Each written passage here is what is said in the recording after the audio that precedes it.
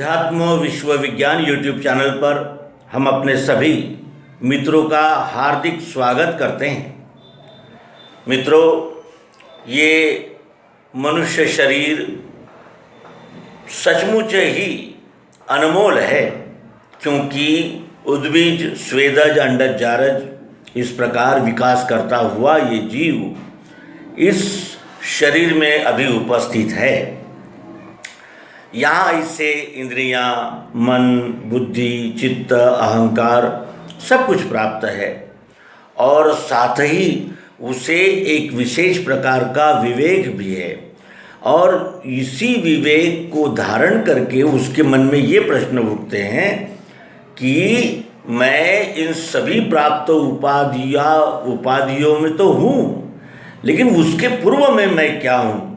और ये जब मन में प्रश्न जागता है तब वो उजाड़ा होता है और मनुष्य को वो परम यानी अवसर मिल जाता है, जिससे वो इस अज्ञान के यानी पिंजरे से निकल जाए।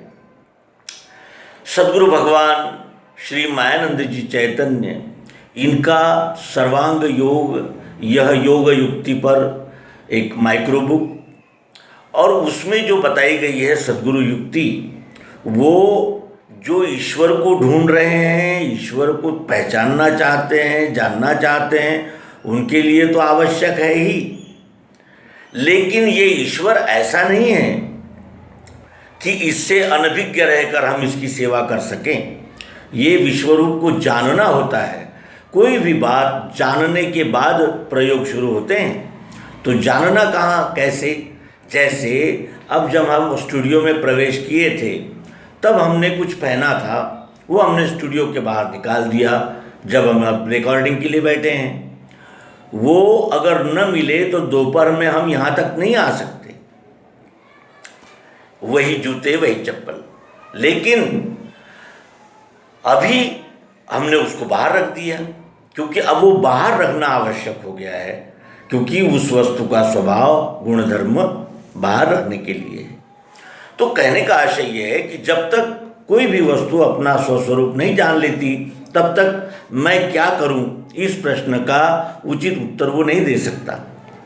और जब तक उत्तर नहीं मिलेगा तब तक इसको समाधान भी नहीं मिल सकता, क्योंकि प्रत्येक वस्तु को मालूम है कि वो क्या है। जैसे ये माइक है, इसे पता है वो क्या है, वो उसका कार्य कर रहा है, हमारी आवाज़ आप तक पहुंचा रहा है, वो अपने कर्तव्य कर रहा है। इसी तरह कर्तव्य अर्थात उसका जो मूल स्वभाव, जो गुण है, वो और वो आकार जो हम नजर दिख रहा है हमारे आँख से, वो क्या अलग अलग है? हो सकते हैं? नहीं हो सकते। यही साकार और निराकार की जो गांठ पड़ी हुई थी और जो यानी आपस में लड़ाई करना और अपने अपने मत पंथ संप्रदायों को बढ़ाना, इस वृत्ति का समापन सद्गुरु श्री मायानंद जी चैतन्य, इन्होंने सर्वांग योग युक्ति में किया है। उनका एक जिसे कहते हैं पद्य, उनकी एक रचना आज इस अंक में प्रस्तुत करने का मानस है। श्रुतियों का वैदिक संदेश, श्रुतियों का वैदिक संदेश, यह इस रचना का शीर्षक है। रचयिता सद्गुरु भगवान श्री मायानंद जी चैतन्य हैं और इसमें जो उल्लेख किया गया है वो सतसार है। जैसे हम दूध में से जब मक्खन निकालते हैं तो हम ये जानते हैं कि अब उस दूध में, वो जो दूध में जो प्राण शक्ति थी, दूध का जो विशेष यानी लाभ का जो भाग था, वो हमें प्राप्त हो गया। उसी तरह सतसार और सत की ही खोज में सभी मत पंथ संप्रदाय जितने भी है, सब सत्य की ही खोज में लगे हैं। ये भी हम देखते हैं। कोई भी ये नहीं कहता कि हम असत्य की खोज किया है या हम असत्य को जानना चाहते हैं। सब सत्य को ही जानना चाहते हैं। और पृथ्वी, जल, अग्नि, वायु, आकाश, इनसे बड़ा सत्य तो कोई हो ही नहीं सकता, क्योंकि ये हमारे यानी यहाँ इस शरीर धारण करने से पहले भी थे और हमारे यानी शरीर निवर्तन के बाद भी वो रहेंगे, है ना। तो ये नैसर्गिक सार्वभौमिक सार्वजनिक युक्ति रहने से ये सभी के कल्याण की है। और इसीलिए सद्गुरु यहाँ मार्गदर्शन करते हैं कि यह अनुभव का सतसार श्रुतिन में पाया, सो मनुज मात्र के सुख के तु जताया। यह अनुभव का सतसार श्रुतिन में पाया, सो मनुज मात्र के सुख के तु जताया। तुम करो एक सुविचार एक ही बोलो, निश्चय युत मन को करो ज्ञान सह डोलो। जस कार्य किए पुरखों ने सहमत भाया, तस अब भी करो, तस अब भी सब मिल करो, मिले सुख छाया। यह अनुभव का सतसार श्रुतिन में पाया, सो मनुज मात्र के सुख के तु जताया। सत विचार में भी एक दृष्टि ठहराई, प्रार्थना करो सब मिलकर एक ही स्थाई। मन से विचार से सबने एक ही लाया, मन से विचार में सबने एक ही लाया। अस करो ज्ञान भी एक सबों में आया, अस करो ज्ञान भी एक सबों में आया। साहित्य एक ही करना प्रभु पूजन का, साहित्य एक ही करना प्रभु पूजन का। स्थिर अभिप्राय भी एक करो नरतन का, तुम करो सुअंतःकरण एक बतलाया।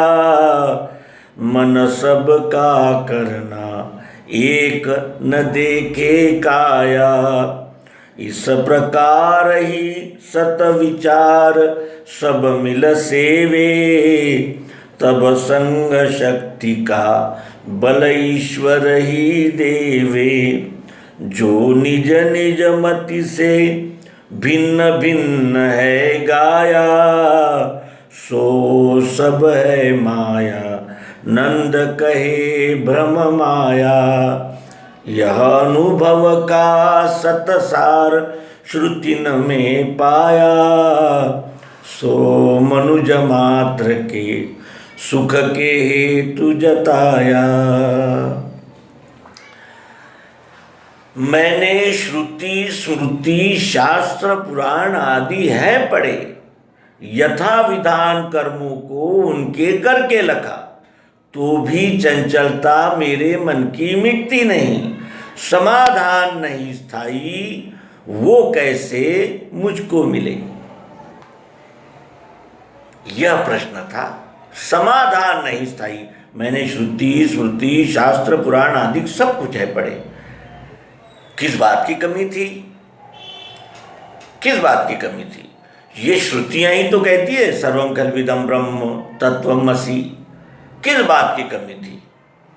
वो थी एक यानी प्रायोगिक पद्धति का चुनाव न करने से और ज्ञान केवल शब्दों में रहने से उसका संपूर्ण बोध नहीं हो पाता था। और वो बोध कराने के बगैर, वो बोध किए बगैर हमारा अज्ञान नहीं जाता। और वो बोध केवल तत्वदर्शी सद्गुरु ही करा सकते हैं, अन्य नहीं। और वो सतसार सत्य को ही सब खोज रहे हैं, हम देखते हैं। कोई भी ये नहीं कहता कि हम असत्य को खोज रहे हैं, और सत्य उसे ही कहना चाहिए जो सदैव हो। इसीलिए सद्गुरु यह निर्देश करते हैं कि तुम साकार निराकार जड़ चेतन के झंझट में नहीं फंसना, अंधविश्वास, अंधश्रद्धा और अंधानुकरण के चक्र में नहीं आना। तुम अपनी आंखों से देखो, तुम ये सब सारा विश्व ये स्वयं स्वयंभू है, ये मानव निर्मित नहीं है, ये स्वयंभू है। और ये जो स्वयंभू है उसका संचालन भी स्वयंभू ही हो रहा है। और उस स्वयंभू के तुम एक घटक हो, इकाई हो, वही हो तुम। और जिस विज्ञान से इस आत्मा का अनुभव होता है उसे अध्यात्म विज्ञान कहते हैं। और विज्ञान जैसे ही इससे जुड़ा तो जीवन कृतार्थ हो गया। तो इस तरह इस रचना को हम आगामी एपिसोड में देखेंगे और यह सतसार पाएंगे।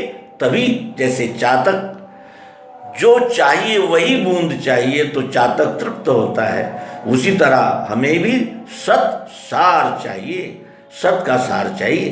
क्योंकि सत्य तो विशाल है, अखंड है, एक रूप है, सत्य है, नित्य है, स्थायी है। तो आइए मिलते हैं भाग 2 में।